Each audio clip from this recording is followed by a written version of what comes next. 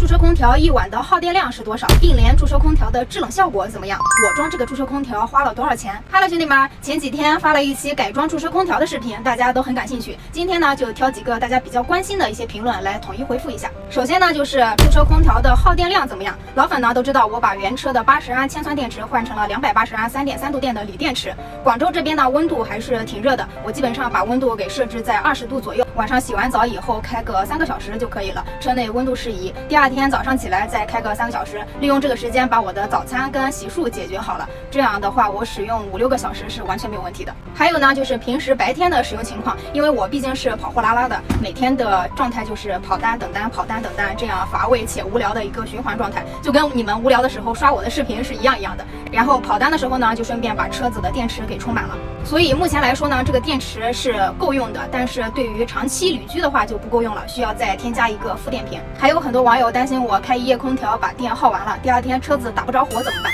对于这个问题呢，我有2套解决方案。第一套方案呢，就是我的锂电池保护板自带剩余电量保护功能，可以设置预留5%、10%、20%3档剩余电量停止供电，然后可以保证我有足够的电量来启动发动机。为了稳妥起见呢，我还有第2套方案，就是我车上备了一个应急启动电源。你别看它的个头小，我把原车的电瓶装头拔掉，它都可以启动车辆。还有呢，就是并联驻车空调的制冷效果怎么样？目前我使用下来是可以达到我的预期的，因为每个人的体感不一样，对温度的定义也不一样。就像我觉得25、6度就是适宜温度，但是有人觉得16度才能满足他的需求，所以就我而言是可以达到我的需求，而且效果跟原车空调是差不多的。还有问的比较多的就是我装这个驻车空调花了多少钱？这个锂电池呢是我几个月前就已经换好了的，加上保护板是2500块钱左右，然后装这个并联驻车空调只需要添加一个电压缩机就可以了，这个压缩机是2000块钱，安装手工费是1400块钱，整个驻车空调的花费就是这些。还有很多网友问我要一些配件的链接，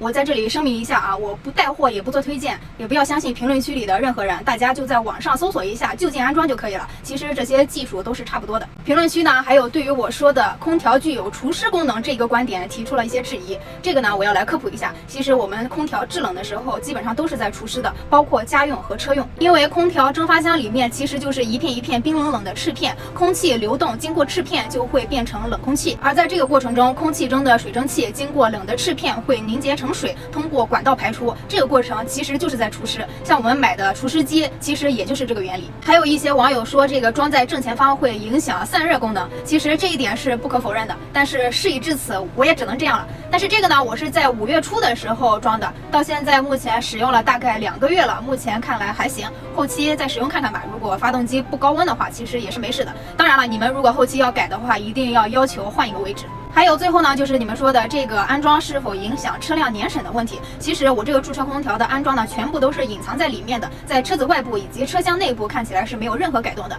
有一些车辆年审常识的人都知道，工作人员会看你的车子外观以及车厢内部有无改动，他总不能把你的保险杠给拆下来看吧，所以这一点是不需要担心的。